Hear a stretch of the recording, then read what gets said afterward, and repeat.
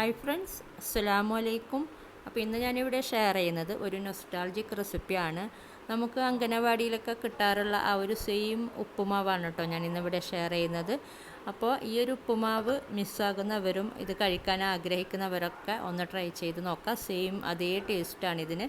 അപ്പോൾ എനിക്കൊക്കെ ഭയങ്കര ഇഷ്ടമായിരുന്നു. അപ്പോൾ ഇത് വാങ്ങിക്കാൻ വേണ്ടിയിട്ട് തന്നെ പണ്ട് അംഗനവാടിയിലൊക്കെ പോകാറുണ്ടായിരുന്നു. അപ്പോൾ നമുക്ക് റെസിപ്പിയിലോട്ട് പോകാം. അപ്പോൾ ഇതിന് വേണ്ടിയിട്ട് 2 കപ്പ് നുറുക്ക് ഗോതമ്പ് എടുത്തിട്ടുണ്ട്. അപ്പോൾ ഇത് ഒരു രാത്രി ഫുള്ള് കുതിർത്ത് വെച്ചിട്ടുള്ള ഗോതമ്പാണ്. എന്നിട്ട് ക്ലീൻ ചെയ്ത് ഒന്ന് വെള്ളം വാർന്നെടുത്തിട്ടുണ്ട്. അപ്പോൾ ഞാനിത് സ്റ്റീമറിലാണ് വേവിച്ചെടുക്കുന്നത്. നിങ്ങൾ കുക്കറിൽ വേവിക്കുന്നതെങ്കിൽ വെള്ളം വാർന്നെടുക്കേണ്ട ആവശ്യമില്ല. കുക്കറിൽ ഇട്ട് കൊടുത്ത് ആവശ്യത്തിനുള്ള വേകാൻ ആവശ്യത്തിനുള്ള വെള്ളവും ചേർത്ത് കൊടുത്തിട്ട് വേവിച്ചെടുത്താൽ മതി. അപ്പോൾ ഇതിങ്ങനെ സ്റ്റീമറിൽ വേവിക്കുമ്പോൾ അത് വെന്ത് വരുമ്പോൾ നമുക്ക് ഒട്ടിപ്പിടിക്കാതെ ഇങ്ങനെ സെപ്പറേറ്റ് ആയിട്ട് കിട്ടുന്നുണ്ട്. അപ്പോൾ അതിന് വേണ്ടിയിട്ടാണ് സ്റ്റീമറിൽ വേവിച്ചെടുക്കുന്നത്.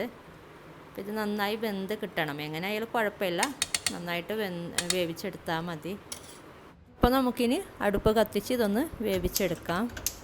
അപ്പോൾ നിങ്ങൾ പ്രഷർ കുക്കറിലാണ് വേവിക്കുന്നതെങ്കിൽ ആവശ്യത്തിനുള്ള വെള്ളം ചേർത്ത് കൊടുത്തിട്ട് ഒരു മീഡിയം ഫ്ലെയിമിൽ 3 വിസിൽ വരുന്നത് വരെ വേവിച്ചെടുക്കണം കേട്ടോ. അപ്പോൾ ഇത് നമുക്ക് ഒന്ന് തിളച്ചതിന് ശേഷം മീഡിയം ഫ്ലെയിമിലോട്ട് ഇട്ടിട്ട് ഒരു അരമണിക്കൂറോളം വേവിച്ചെടുക്കണം. അപ്പോൾ നന്നായിട്ട് വേകണം ഇത്.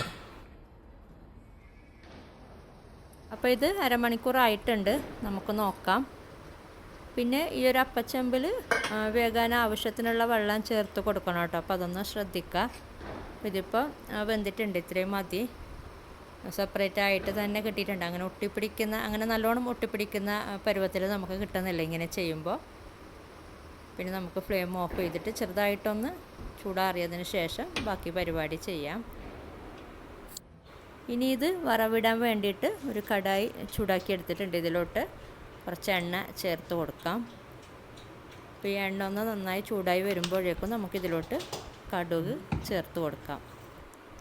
ഇപ്പോൾ എണ്ണ ചൂടായിട്ടുണ്ട്. അപ്പോൾ കുറച്ച് കടുക് ചേർത്ത് കൊടുത്തിട്ടുണ്ട്. അപ്പോൾ ഇതൊന്ന് പൊട്ടി വരട്ടെ. ഒന്ന് മൂടി വെക്കാം.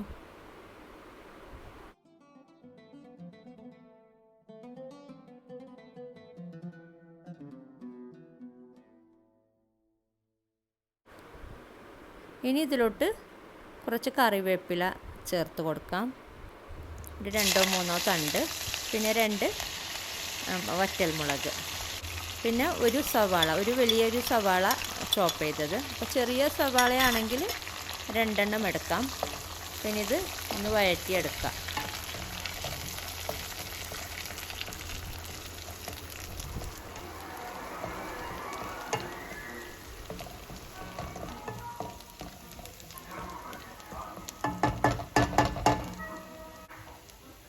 അപ്പോൾ ഇതിപ്പോൾ ഇത്രയും മതി. ഇതിലോട്ട് നമ്മൾ വേവിച്ച ഗോതമ്പ് ഇട്ട് കൊടുക്കാം.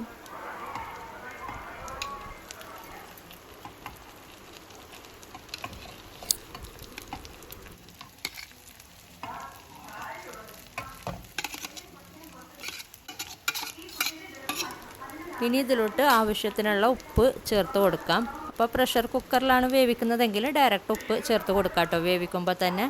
ഇപ്പോൾ ഇതിന് ഉപ്പ് ചേർത്ത് കൊടുത്തിട്ടില്ല. പാകത്തിനുള്ള ഉപ്പ് ചേർത്ത് കൊടുത്തിട്ട് ഇത് നന്നായിട്ട് മിക്സ് ചെയ്തെടുക്കാം. ഒരു ലോ ഫ്ലെയിമിൽ വെച്ചിട്ട് ഒരു 1-2 മിനിറ്റ് ഒന്ന് മിക്സ് ചെയ്തെടുത്താൽ മതി.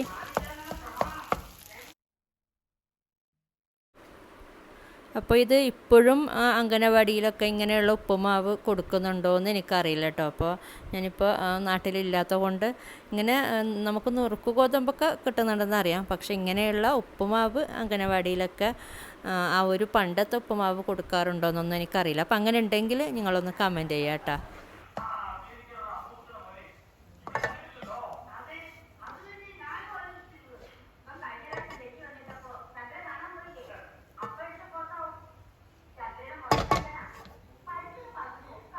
അപ്പോൾ ഇത് നന്നായി മിക്സായി കിട്ടിയിട്ടുണ്ട്. അപ്പോൾ ഇത്രയും മതി. ഇനി നമുക്ക് ഫ്ലെയിം ഓഫ് ചെയ്യാം.